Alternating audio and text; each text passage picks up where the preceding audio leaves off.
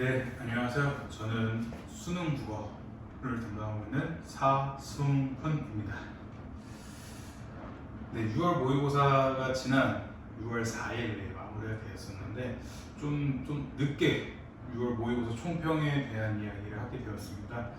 원래는 지난주 6월 4일날 모의고사 끝나자마자 총평 관련된 걸 영상을 찍었었는데 영상이 좀 살짝 오류가 있었어가지고 다시 영상을 준비하게 됐고요. 네, 바로 본론으로 가도록 하겠습니다. 일단 많이 이제는 6월 모의고사 끝난 지가 거의 2주가 지나가고 있기 때문에 이제 웬만한 내용들과 관련된 건 좀 많이 들으셨을 텐데 간략하게 난이도는 이제 많이 간단하게 설명드리면 지난 해죠. 2024년에 봤던 6월 모의고사보다는 확실히 쉬웠던 시험이었고요.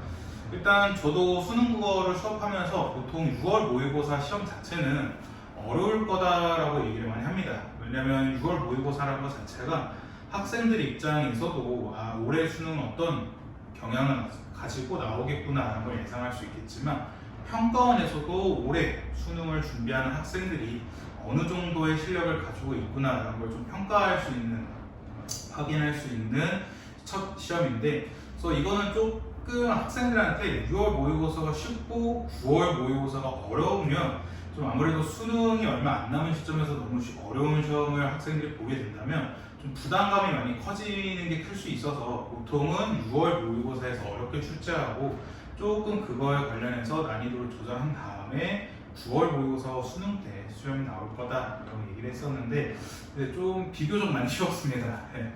아마 학생들이 제일 많이 체감했을 거예요. 학생들이 이제 아무래도 파고나긴 하면서 먼저 작품들을 좀 천천히 보고 이런저런 하면서 좀 시험 보면서 학생들 본인들도 많이 알았을 겁니다. 이번 시험 조금 쉬울 것 같은데 하면서 오히려 이거 너무 쉬운 거 아닌가 하면서 그런 부담감에 입사인 친구들이 있었을 거고, 아니 반대로 내가 정말 공부를 많이 열심히 했나? 왜 이렇게 쉽지? 좀 자신감이 생기는데? 라는 생각에 시험을 봤던 친구들이 있을 텐데 난이도는 6월 모의고사가 언제나 말씀드리지만 수능이 아니기 때문에 6월 모의고사가 이렇게 쉬웠다면 9월 모의고사 수능은 조금은 어려워지겠구나 이 정도 생각해 주시고 넘어가면 좋을 것 같고요. 그래서 예상 오답률 이거는 6월 4일에 제가 얘기했던 것과 조금 다를 수 있습니다. 왜냐면 지금 이제 저도 최근에 마지막으로 업데이트 확인한 게 엄매에서 좀 오답률이 높았던 문제가 있었어가지고 이 예상 오답률 탑 5는 선택 과목이 아니라 공통 과목 기준에서만 뽑았다라고 봐주시면 될 것 같고, 총평을 보면 일단 첫 번째가 2028학년도 수능 때부터 변화가 또 있습니다. 그 전까지는 이제 선택 과목이 있었지만 28학년도 수능 때부터는 다시 통합으로 바뀌기 때문에 저도 학생들한테 먼저 얘기한 게 27학년도 수능 때까지는 그렇게 큰 변화는 없을 거다. 왜냐하면 28학년도 수능이 완전 새 판이 짜여지기 때문에 이런 상황 속에서 26학년도 혹은 27학년도 수능에서 큰 변화를 가져가게 된다면 좀 학생들 입장에서 많이 부담이 되지 않을까라는 게 있어서 아마 큰 변화는 없을 거라 했었는데 역시나 26학년도 6월 모의고사 역시 작년 수능과 비교하자면 그렇게 큰 차이는 없었습니다. 난이도도 그렇고 출제 경향도, 특히 EBS 연계 측면에서도 그렇게 큰 차이가 없었고요. 그 다음에 국어 시험이 끝난 후에 혹시 관심 있는 분들은 보셨겠지만 EBS에서 좀 나와서 얘기한 게 있었습니다. EBS 선생님들께서 이제 올해 6월 모의고사는 어떤 시험이었다라고 이렇게 출제 경향에 대해서 브리핑해 주시는 자리가 있었는데 그때 어떤 이야기가 나왔냐면 적정한 정보량, 복잡하지 않은 글의 구조, 과도한 추론이 필요하지 않는 시험, 없는 시험이라 해가지고 충분히 고등학교 교육과정을 통해서 쉽게 잘 풀 수 있는 시험이었다라는 건데 이 점은 저도 동의를 꼭 합니다. 그렇게까지 엄청 어려운 질문도 없었고요. 그러니까 독서에서도 그렇게 글의 구조가 복잡하거나 과한 추론을 해야 되는 문제가 없었기 때문에 충분히 본문의 내용만 잘 독해했다면 그렇게 크게 없었던 것 같고, 특히나 독서 부분에서 연강 체결률이 제일 컸습니다. 아마 그렇게 컸을까라고 생각하시는 학생분들도 있겠지만 그 14번부터 17번 이제 마지막 인문예술 지문, 플로리디의 정보 철학 같은 경우에는 보통 네, 수능 특강에 이번에 플로리데 정보 졸업해서 플로리데와 칸트 두 사람에 대해서 얘기를 했었는데, 보통 수능 특강에서 이렇게 두 사람에 대해서 얘기를 하게 된다면, 모의고사에 나오게 된다면 두 사람 말고 뭐 칸트 말고 다른 사람에 대해서 얘기하는 게 좀 추가적인 정보가 있어야 조금 학생들 입장에서는 난이도 어렵다 할 수 있겠지만, 거의 대부분 플로리디아와 칸트에 대한 내용이 있었고요. 그다음에 그 도덕적 책임과 관련해서 16번이죠. 보기 문제에서 조금 추가 정보가 있었던 거 제외하고는 그렇게까지 EBS 수능 특강과 다른 게 없었기 때문에 아마 충분히 체감을 많이 할 수 있을 거라 생각하고요. 뒤에서 한 번 더 말씀드리겠지만, 만약 본인이 이번 6월 모의고사를 보면서 EBS 체감이 그렇게 크지 않았던 학생들이라면 지금 6월 모의고사 끝난 지가 거의 2주 가까이죠. 지금부터라도 다시 EBS 수능 특강을 꼼꼼하게 학습해야 됩니다. 그러니까 EBS 수능 특강을 꼼꼼하게 학습하라는 게 문제를 다시 꼼꼼하게 풀라는 게 아니라 지문을 정말 꼼꼼하게 다 기억을 하고 있어야 돼요. 정말 띵동 누르면 바로 플로리데 정보처럼 뭐야? 한번 띵동 누르면 쭉 나오고, 뭐 예를 들어 토대론 역시 토대론은 관련된 띵동 누르면 뭐 기초미든 비기초미든 해서 쭉 다 나올 수 있는 그런 정도로 좀 잘 이해하고 있는 게 좀 EBS 연계 체감을 가장 높일 수 있는 방법이라고 생각하고요. 독서 주제 통합이면서 좀 변화가 있었습니다. 그러니까 원래는 보통 작년 수능 특강은 주제 통합에서 인문예술, 철학, 인문예술이 많이 나왔었는데, 근데 이제 살짝 제가 이제 좀 이게 앞뒷말이 안 맞을 수 있겠지만 큰 변화가 없을 거다라고 얘기를 했었는데, 이제 저도 학생들한테 얘기했던 게 조금은 변화가 이런 데서 생길 수 있다. 그래서 저도 이제 6월 모의고사 마지막 파이널 수업 때 6월 1일이었는데 1일 파이널 수업 때 이제 풀었던 모의고사에서 주제 통합이 인문예술이 아닌 사회문화 지문이었던 걸 골라서 그렇게 됐거든요.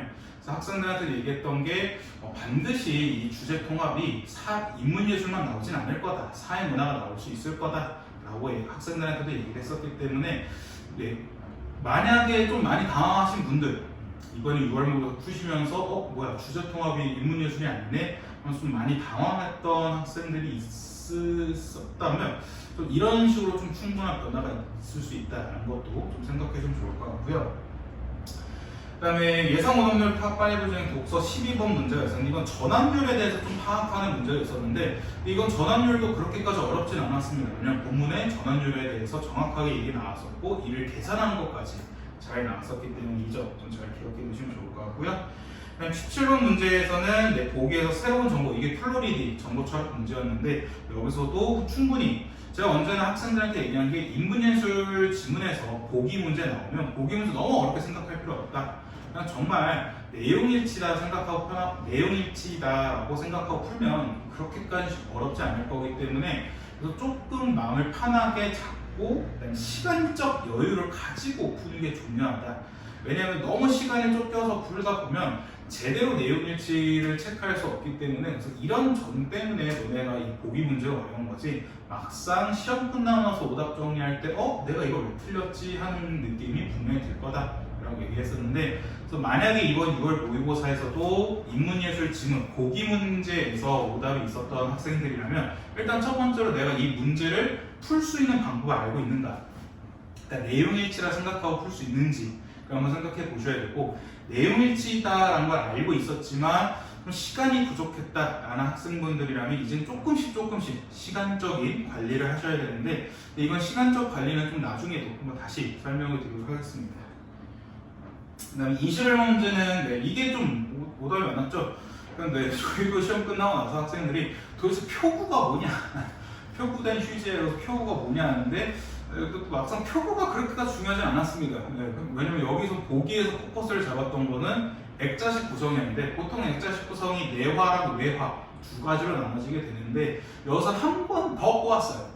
또 다른 이야기를 해가지고 총 이야기가 3가지 등장했었는데, 그래서 여러분들이 읽으시면서 이 3가지 이야기를 잘 정리를 했는지를 좀 그것만 잘 파악했으면 그렇게까지 어려웠을 것 같지는 않고요. 그래서 최종적으로 말씀드리고 싶었던 게 낯선 유형도 새로운 유형도 없었던 시험이었습니다. 정말 전형적인 시험이었었고요. 또 좀 오히려 기출 공부를 많이 하셨던 분들은 내가 지금 기출을 풀고 있나? 라고 생각할 정도로 정말 여태까지 기출과 많이 비슷했습니다. 그래서 앞서서 말씀드렸던 게 EBS 연계가 체감이 안 됐던 학생들이라면 지금 EBS 수능 특강을 다시 봐야 된다. 왜냐면 수능 완성이 나왔습니다. 벌써 수능 완성이 벌써 나왔고 이제 교보문고나 이런 서점에 가시게 된다면 다 있기 때문에 죄송합니다. 수능 완성도 하셔야 되는데, 그러니까 지금 수능 특강과 수능 완성, EBS 연계를 하셔야 되고, 만약에 본인이 기출의 느낌이 나지 않았다, 좀 새로웠다라고 느꼈던 학생들이라면, 그러니까 익숙한 느낌이 전혀 들지 않았던 학생분들이라면 지금 시기라도 다시 한번 기출 문제를 공부하시는 게 제일 좋습니다. 근데 여러분들 기출은 선택이 아닙니다. 계속 봐야 돼요. 계속 필수적으로 틈이 날 때마다 봐야 되고, 여러분들이 좀 착각하시는 게 있을 수 있는데, 저는 이걸 끝내고 그 다음에 기출을 돌리겠어요. 근데 안 됩니다. 기출을 돌리면서 해야 돼요. 기출을 이미 돌린 상태였거나 아니면 기출을 돌리면서 같은 공부를 했어야 되는 거지. 전 이거 끝내고 기출하겠습니다 하면 어느덧 보면 보통 벌써 9월 모의고사 끝나고 시험이 한 달 정도 남았을 때입니다. 물론 한 달 정도 남았을 때 그때 기출해도 좋죠. 근데 기출은 미리미리 다 해놔야지. 그럼 여러분들 똑같습니다. 9월 모의고사 전까지 기출을 공부 안 하시면 기출에 대한 느낌이 나지 않을 거예요. 그렇기 때문에 반드시 여름방학 동안에 혹은 지금부터라도 지금 기출 공부하셔야 되고요. 지금 잠깐 얘기를 드리면 기출 공부하시는 분들 같은 경우 기출을 어떻게 하는 게 좋나요? 근데 저는 언제나 학생들한테 추천하는 거는 직접 서점에 가가지고 그 기출 문제집에 이렇게 쌓여 있을 겁니다. 기출 문제 봐가지고 본인이 마음에 드는 해설지를 골라야 돼요. 문제는 어차피 평가원 기출 문제입니다. 어차피 기출이기 때문에 해설지가 얼마큼 잘 되어 있느냐를 보셔야 됩니다. 근데 저는 언제나 추천드린 건 일단 해설지가 정말 두꺼운 거, 엄청나게 두꺼운 거를 고르는 게 제일 좋고, 그 다음에 본인이 한번 기출 그 해설지를 보면서 이런 느낌이구나, 이런 문제, 보기 유형 문제, 혹은 서술상의 특징 문제, 혹은 인물의 내면 심리 묘사 문제, 이런 것들은 이런 경향을 가지고 출제되는 거고 이런 방향성을 가지고 이렇게 풀면 되는구나 라고 느낄 정도의 해설지가 필요합니다. 해설지 여러분 무겁다고 해설지 얇은 거 사시면 안 됩니다. 해설지는 무조건 두꺼운 거, 두꺼울수록 정말 자세하게 되어 있는 거고요. 그 다음에 최소 3개년에서 5개년 정도가 같이 있는 게 제일 좋고, 욕심을 내신다면 10개년, 저도 10개년까지는 잘 못 봤던 것 같은데 한 5개년까지는 충분히 하시면 좋지 않을까 될 것 같고요. 일단 앞으로의 방향성을 잡아야 됩니다. 언제나 제가 학생들한테 얘기하는 게 6월 모의고사 끝이 아니다. 6월 모의고사는 올해 수능의 방향성을 보여주는 시험이기 때문에 이제 내가 앞으로 수능 때까지 어떤 방향성을 가지고 공부를 해야 되는구나 라는 걸 파악하시는 거지 6월 모의고사 끝은 아닙니다. 첫 번째로 학생별 피드백을 볼 수 있는데, 만약에 앞서 말씀드렸던 것처럼 기출문제와 좀 유사하다 혹은 낯설지 않다라는 느낌을 전혀 받지 못하셨던 분들이라면 지금 기출 공부를 하셔야 되고, EBS 연계 체감이 되지 않았던 분들은 당장 수능 특강, 문학과 독서 보셔야 되고요. 근데 만약에 본인이 이 두 가지 다 느꼈다, 기출도 유사하네, EBS 연계 체감도 잘 됐어 하시는 분들은 이제는 수능 완성을 하셔야죠. 수능 완성도 그래서 2바퀴, 3바퀴 정도 계속 돌리는 게 제일 좋다라는 거 얘기를 꼭 드리고 싶고요.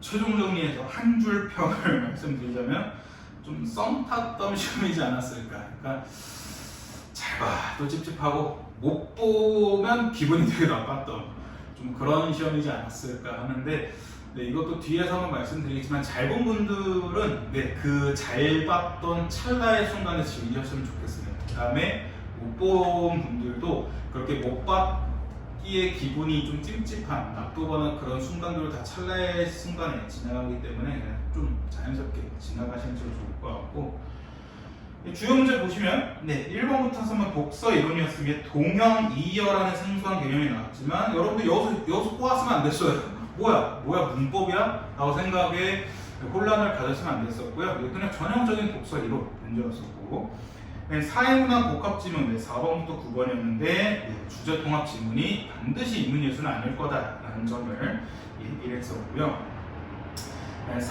네, 과학기술 지문도 평이했습니다. 네, 전환율 문제. 앞서 말씀드렸던 것처럼 본문에 전환율에 대한 내용이 잘 나와 있었고 계산한 방법까지 잘 나와 있었기 때문에 그렇게까지 크게 어렵지 않았었고, 제가 몇몇 학생들한테 계속 얘기했던 게 수학 계산하는 거 대비하셔야 됩니다. 너무 막 계산에 대해서 너무 놓고 있으면 안 되고요.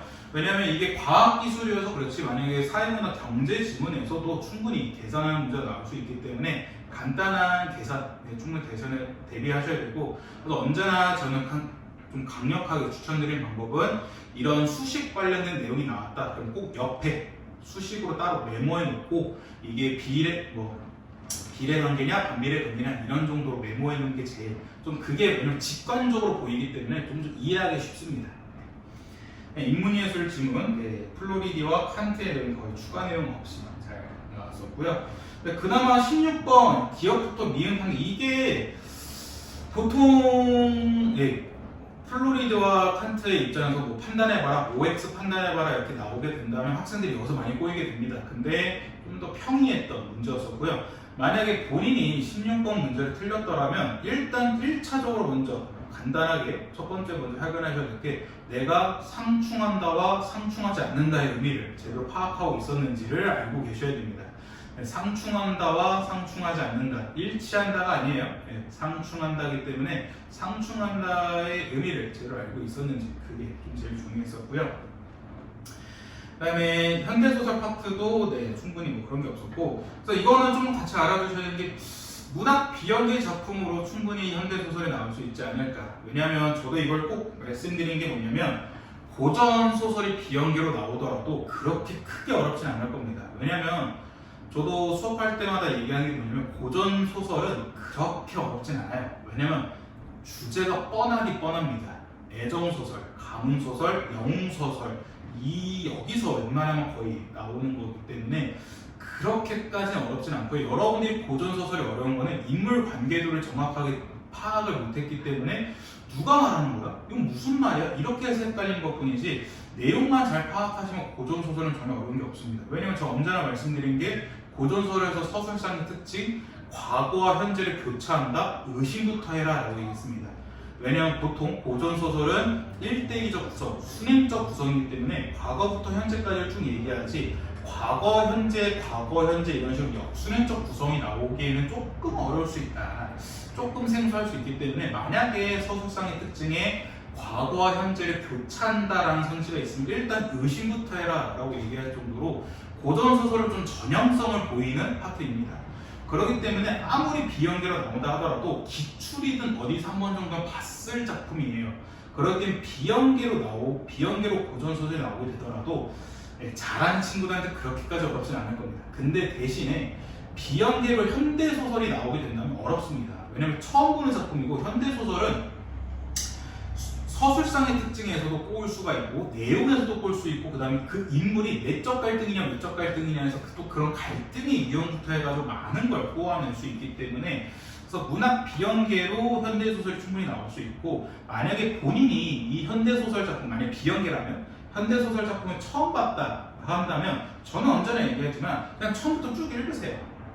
현대소설을 1분당 1.5분 해가지고 무조건 6분에서 5분 아니면 뭐 8분 안에 끝내는 거 아닌가 할 수 있겠지만, 저는 언제 말씀드리지만 수능은 빨리 많이 풀었다 해서 추가 점수를 주지 않습니다. 시간이 얼마나 걸리든 많이 풀든 적게 풀든 많이 맞은 얘가 장땡인 거예요. 많이 풀었다 해서 좋은 게 아니라 많이 맞아야 됩니다.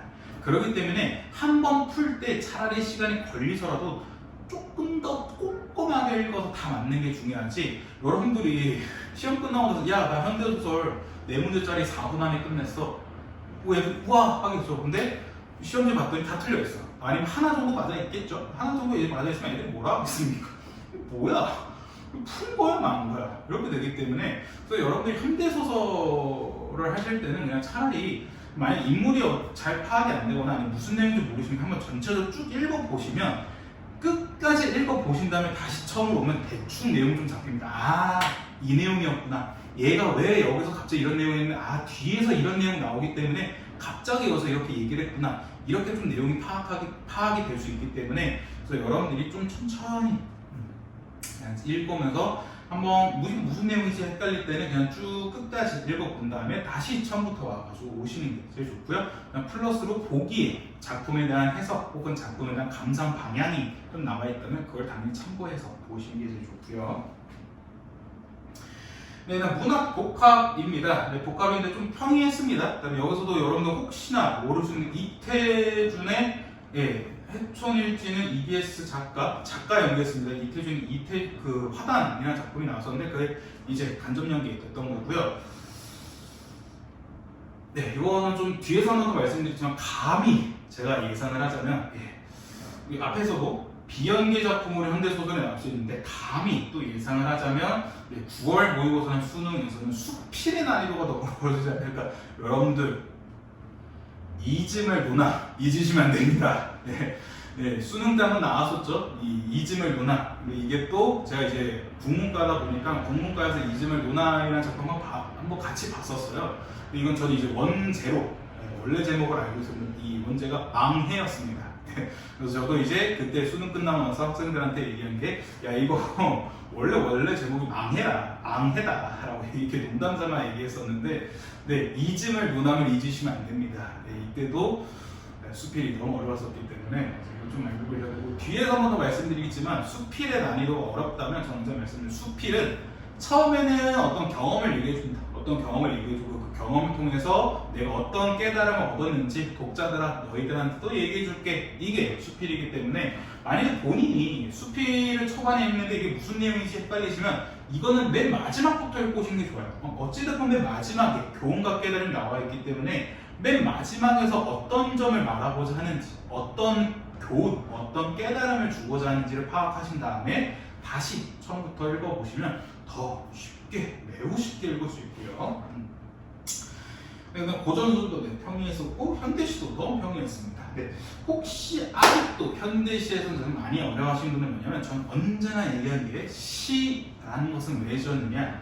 시인이 자신이 어떤 감정을 느낀 겁니다. 어떤 감정과 정서, 생각을 느껴서 이거를 독자들에게 전달해주고 싶은 겁니다.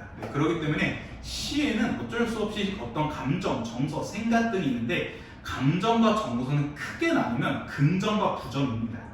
그렇기 때문에 제일 첫 번째로 어떤 화자고 어떤 시적 대상에 대해서 얘기하고 있는지, 그 다음에 그 화자와 시적 대상이 어떤 상황에 처해져 있고 그 상황 속에서 어떤 정서를 느끼고 있는지부터 간단하게 정리하시면 돼요. 그러니까 이건 어떤 거냐면 만약 예를 들어 여러분들이 만약 시적 대상이에요. 여러분들이 시적 대상인데 여러분들이 시험을 못 봤습니다. 시험 못 봤으면 어떤 상황이죠? 긍정적인 상황인가요? 부정적 상황인가요? 부정적 상황이겠죠. 그럼 그 부정적 상황 속에서 여러분들이 느끼는 감정은 어떻겠습니까? 6월 모의고사를 못 봤어. 그럼 기분이 안 좋겠죠.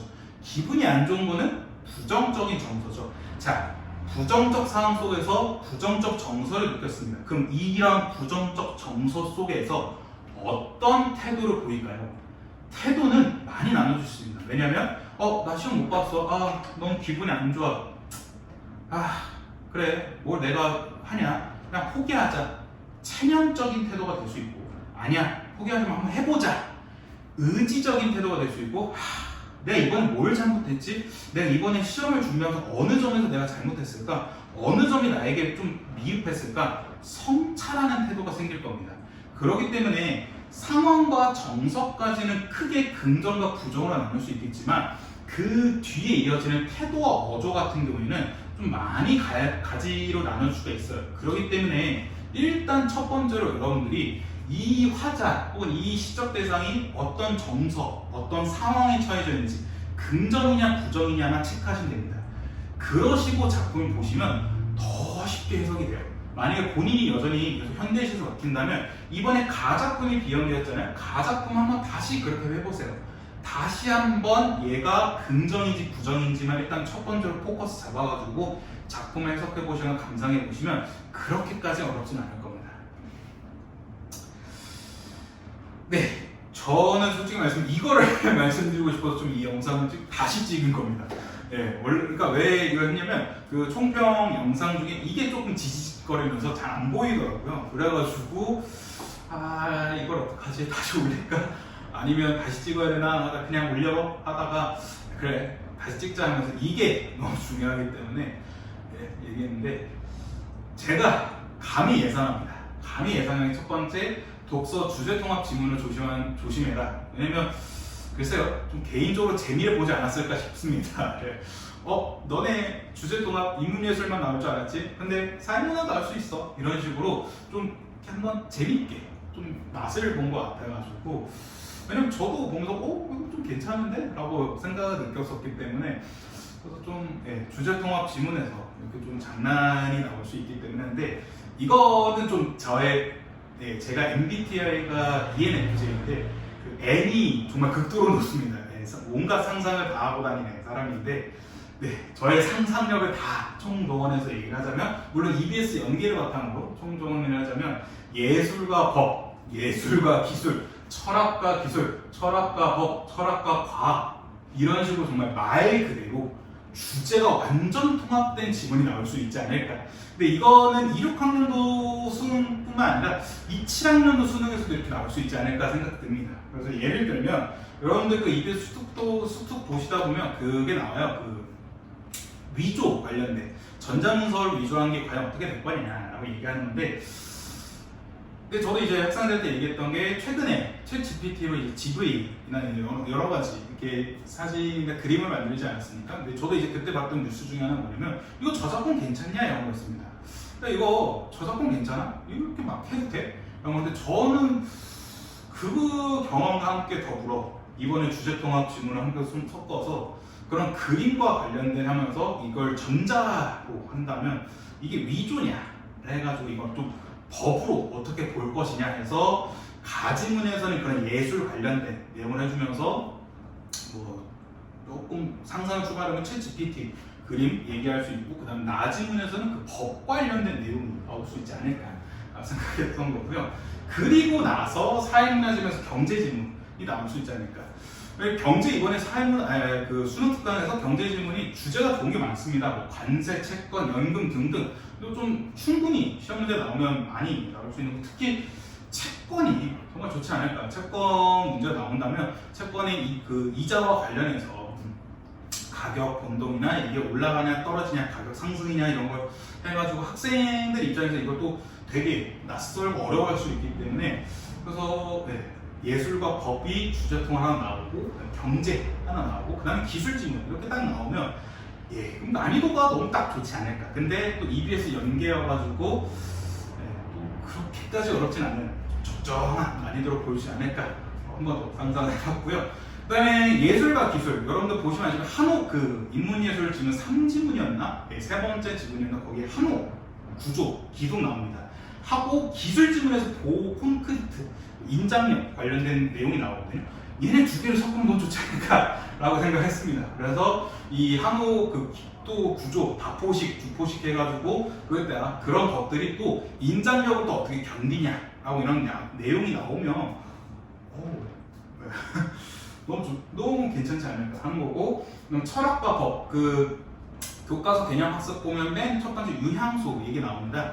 유향소의 얘기 나오면서 유향소가 아무래도 이제 지방 정치 관련해서 그게 어떻게 좀 유향소가 좀 도와줄 수 있지 않냐라는 건데, 그거와 더불어서 뭐 정책 과정을 좀 뭐 유향소가 이렇게 유향소 같은 그런 게 좀 들어가가지고 얘기 나올 수 있을 것 같고요. 그다음에 철학과 과학 토대로 기초민은 비기초민에서 이 과학 증명 얘기하는 건데, 왜냐하면 이 여러분들 저도 이거 잘 했는데 과학 지문에 그 마음의 본질과 관련된 내용이 나왔는데, 거기 보기 지문에 그 AI 인공지능과 인간이 좀 다르냐라는 얘기가 나왔습니다. 그래서 이런 내용과 관련 지어서 좀 철학 지문과도 연관 지을 수 있지 않을까. 인공지능과 인간 얘기하면서 좀 기술 지문. 왜냐하면 이번에 좀 AI 많았거든요. 에이전트 하면서 좀 그런 얘기도 많았었고, 거기에 플러스로 철학 지문을 좀 섞으면 좀 괜찮지 않을까라고 볼 수 있었고, 그 다음에 또 하나 더 추가해서 에이전트, 그러니까 AI의 범죄. 근데 이건 좀 애매할 거라 생각합니다. 왜냐하면 그 플로리디의 정보 철학에서 좀 그런 비슷한 내용이 나왔었기 때문에, 그 인공지능까지는 아니었었는데 플로리다 정보 철학에서 인포그 관련된 내용이면서 그 책임 얘기 도덕적 책임이 나왔었기 때문에 이건 조금 가능성이 떨어진다 생각하게 되지만, 저도 한번 상상을 해보자면 그 이번 미수검 얘기가 있었거든요. 그래서 중지미수부터 해가지고 그 미수검과 관련된 세 종류가 나왔었고, 그 다음에 이거를 AI 인공지능과 연관지어서 나오면 좀 보시면 알지만 좀 이번에 제가 인공지능에 꽂혔습니다. 그래서 인공지능에 꽂혔어가지고 그래서 그런 거 한번 감히 제가 예상해 볼 수 있지 않을까 하는 거고요. 그 다음에 문학 현대소설 같은 건 아마 비연계가 나오거나 아니면 작가 연계가 나오지 않을까 하는 건데, 이제 제가 작년 제 수업을 들었던 분들은 좀 많이 들었을 텐데, 작년 수능 국어를 수업하면서 제가 계속 얘기했던 게 이문구 작가, 이문구 좋다. 우리 동네 김씨, 황씨, 채씨, 뭐 우리 동네 시리즈 나올 거고, 우리 이문구 작가가 충분히 나올 수 있다. 그래서 얘기를 했는데 이번 수능 특강에는 없었어요. 수능 특강에는 이문구 작가가 없어가지고 좀 아쉽다 했었는데, 수능 완성이 있더라고요. 수능 완성이 이문구 작가 나왔어가지고 그러니까 이태준의 화랑처럼 이문구 작가가 이제 작가 안전 연계가 되어가지고 나오면 또 괜찮지 않을까. 왜냐면 또 그 우리 동네 시리즈 자체가 이 농촌과 관련된 내용인데 또 여러 인물이 좀 이렇게 나오기 때문에, 그래서 그 인물 파악하는 것과 더불어서 좀 그런 게 내용이 어려울 수 있어가지고 학생들 입장에서는 현대소설 비연계로 나오면 좀 확 난이도가 어려워짐을 느끼거든요. 그래서 6월 모의고사 조금 쉬웠기 때문에 9월 모의고사랑 수능에서는 조금 난이도가 아마 조금은 높아질 것 같은데, 그 조금 높아진 것 중에 한 요소가 문학 현대소설 비연계 혹은 작가 연계가 되어가지고 나오지 않을까라고 생각해 볼 수 있겠을 것 같고요. 그 다음에 고전수필을 조심해라. 고전수필 난이도 높은 고전수필 나온다. 그래서 또 썼던 것처럼 이짐을 논하면 이짐은 아니 된다. 이짐을 논하면서도 그게 나왔잖아요. 잊어서는 안 될 것을 잊으면 안 되고 잊으면 되는 것을 잊지 아니하면 안 된다. 잊을 건 잊고 잊지 아니할 거는 잊지 말자 라는 내용이었는데, 잊음을 논하면 잊으면 안 됩니다. 이렇게 또 고전수필이 어렵게 나오면, 난이도 너무 어렵게 나온다면 학생들 입장에서 큰 부담이 느껴질 수 있기 때문에 이런 거 한 번씩 생각해 보시면 될 것 같고요. 마지막으로 조금 시간이 지나서 얘기하는데, 찰나의 순간을 즐기십시오.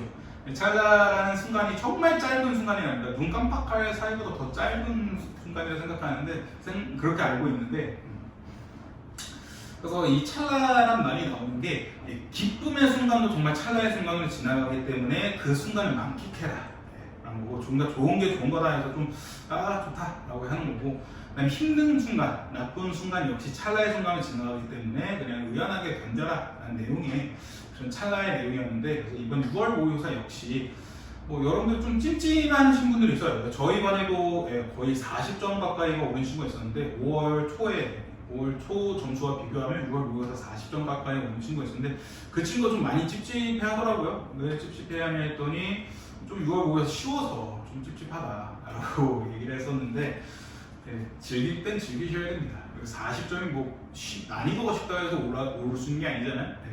하고 대부분도 점수가 오르긴 했어요. 10점, 20점 오르긴 했는데 다 좀 찝찝해요.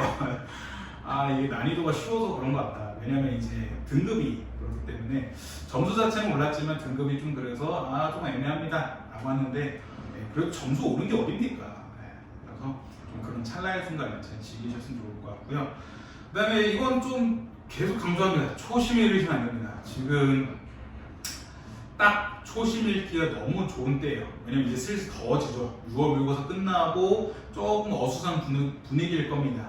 어떡하지? 나 수시 갈 수 있을까? 나 정시 갈 수 있을까? 지금부터라도 수시 준비해야 되지 않을까? 하면서 지금부터라도 뭘 버려야 되나? 라고 생각하면서, 그때 또 정신없을 때 고3 친구들 같은 이제 1학기 기말고사거든요. 얼마 뒤면. 또 기말고사 대비해야 되는데 어떡하지? 하면서 이런저런 혼란해. 좀 초심을 잃고 공부를 살짝 놓을 수 있는데 절대 그러시면 안 되고요. 초심 잃지 않고 꾸준하게 가셔야 되고, 마라톤입니다. 그래서 먼저 말하자면 수능은 마라톤이고요. 이제 한 바퀴 돌았습니다. 이제 갔다가 돌아올 일만 남았습니다. 갔다가 돌아오는데 그 돌아올 때 페이스 꾸준하게 지켜서 와야 됩니다. 그렇기 때문에 좀 그런 거 생각하셔서 수능 때까지 긴 시험입니다. 그러니까 학교 내신 시험처럼 그냥 딱 한두 달 공부하고 끝나는 시험이 아니라 정말 길게 바라봐야 되는 시험입니다. 그래서 어찌됐건 6월 모의고사, 9월 모의고사 아무리 잡아도 수능 대입이 필요 없습니다. 수능이 최고예요. 수능이 제일 중요한 겁니다. 수능 때까지 길게 받아보시고 가는 게 제일 좋을 것 같고요. 이거는 저도 이제 어떤 유튜버의 말씀을 듣고 너무 감명을 받아가지고 배웠는데, 물 들어올 때 노져라라는 얘기 있는데, 그 분께서 하신 말이 저는 물이 들어올 때까지 계속 적었다라고 얘기하면서, 그래서 그런 비슷한 얘기가 운칠기삼이라 하거든요. 뭐든지 운이 70%라고 하는데, 근데 그러고 나서 뒤에 하는 말이 근데 운이 아무리 좋더라도 행하지 않으면 의지가 없으면 아무것도 못한다. 하기 때문에 여러분들이 지금 6월고사 끝나는 시점 한 2주 정도가 지났는데, 이제는 9월 모의고사까지 약 2달 정도 남았습니다. 약 2달 동안에 본인의 취약점 파악하시는 거예요. 왜냐하면 6월 모의고사 새로운 유형, 낯선 유형도 없었기 때문에 기존 수능과 되게 비슷한 시험이었습니다. 그렇기 때문에 본인의 약점을 더 쉽게 파악할 수 있을 거예요. 기출 좀 너무 낯설었는데 그렇게 익숙하지 않아 하신 분들은 기출문제 공부하셔도 되고, 연계 체감이 하나도 안 됐어, 연계부터 꾸준하게 하시는 게 좋습니다. 그래서 그렇게 하시고 나서 그러고 나서 일단 2차적으로 9월 모의고사 때 또 다시 한번 본인의 취약점 파악해가지고 이제 약 한 달 동안은 그 부분만 한 번씩 파야죠. 그래서 본인 조금 더 디테일하게 들어가서 문학에서 본인이 계속 표현상의 특징 문제가 틀린다, 혹은 시어 시구의 의미 문제가 틀린다, 보기 문제가 계속 틀린구나, 이런 식으로 좀 본인의 취약점을 빠르게 파악하셔가지고 그런 식으로 좀 빠르게 보완하시는 게 제일 좋고, 남은 기간 여름방학이죠. 제가 수능 국어를 그래도 한 3, 4년 정도 넘게 계속 쭉 하고 있는데, 거의 5년 넘었죠. 그 정도 쭉 하고 있는데, 언제나 느끼는 게 딱 이 6월고사 끝나고 좀 아이들이 싱숭생숭하면서 많이 포기를 합니다. 포기를 하고 좀 방심을 하는 경우도 많이 큽니다. 저도 좀 더 디테일하게 좀 반수를 했습니다. 저도 이제 6월 모의고사 보고 7월 달부터 이제 학원에 들어가가지고 다시 공부를 했었는데, 그때 분위기가 좀 어수선해요, 다들. 그냥 6월 모의고사 끝나고 난 뒤여서 조금 이제 어수선하고, 언제나 고3 애들한테는 얘기하지만 딱 이때쯤 학생들이 다 좀 분위기가 살짝 풀립니다. 나사가 한 번씩 살짝 풀리는데, 그게 학생의 의지, 마음 문제, 마인드 문제도 있겠지만 날씨 영향도 좀 있다 생각해요. 저는. 왜냐면 날씨가 너무 더워요. 너무 덥기 때문에, 그래서 그런 거 영향을 합치면 조금 그런 영향이 있을 수 있기 때문에, 여러분들 지금 그래서 오히려 반대로 여러분들은 계속 초심을 잃지 않고 꾸준히 원래 하던 대로 했는데 나머지 애들이 조금 안 하면서 자연스럽게 여러분들이 이렇게 올려줄 수 있어요. 그렇기 때문에 좀 2번 썼던 것처럼 초심을 잃지 말고 불안해하지 말고 꾸준하게 하시면 될 것 같고요. 일단 첫 번째로 본인이 이제 4월달, 5월달에 봤던 모의고사와 아니면 3월달에 봤던 학력평가와 6월 모의고사 비교해가지고 어떤 점이 좀 좋아졌는지, 혹은 어떤 점이 계속해서 틀리고 있는지 그걸 파악하시는 게 제일 좋을 것 같고, 그 다음에 빠르게 파악하셔서 그거를 6월 모의고사 이후부터, 지금부터 이제 여름방학 동안에 어떻게 좀 잘 보완할 것인지, 그게 제일 좋고요. 또 언제나 저는 좀 학생들한테 얘기하는 게, 저도 반수할 때 얘기 들었던 건데, 한 달에 3문제씩만 더 맞추면 됩니다. 한 달에 3문제면 수학으로 따지면 수학은 4점짜리가 있으니까 12점이고요. 국어는 3점짜리가 3점짜리가 맥시멈이기 때문에 그럼 9점이 오를 수 있는데, 9점이면 등급이 바뀝니다. 여러분들. 하고 6점, 최소 2점짜리잖아요. 최소 2점짜리이기 때문에 3문제 맞으면 6점인 건데, 6점이어도 정말 운이 좋으면 등급이 바뀔 수 있는 요소이기 때문에, 여러분들 6월달부터 7월달까지 3문제, 7월달부터 8월달까지 3문제, 8월달부터 9월 모의고사까지 3문제, 그럼 총 9문제를 더 맞는 거거든요. 9문제면 9문제 거의 20점이 오르지 않습니까? 20점이 오르면 정말 등급이 확실하게 바뀝니다. 그렇기 때문에 좀 여러분들 그걸 좀 생각하셔서 좀 꾸준하게 하시면 될 것 같고요. 원래 좀 짧게 10분에서 20분 안에 끝내려 했는데 좀 여러 가지 이야기 길다 보니 좀 많이 이야기 된 것 같습니다. 그래서 혹시 이거 보시고 수능 국어에 대해서 궁금하신 점이나 아니면 조금 피드백을 좀 더 받고 싶은 분들이 있으면 언제든지 저한테 연락 주시면 바로 상담 도와드리도록 하겠습니다. 네, 지금까지 강동 송파에서 수능 국어 담당하고 있는 사승훈이었습니다. 감사합니다.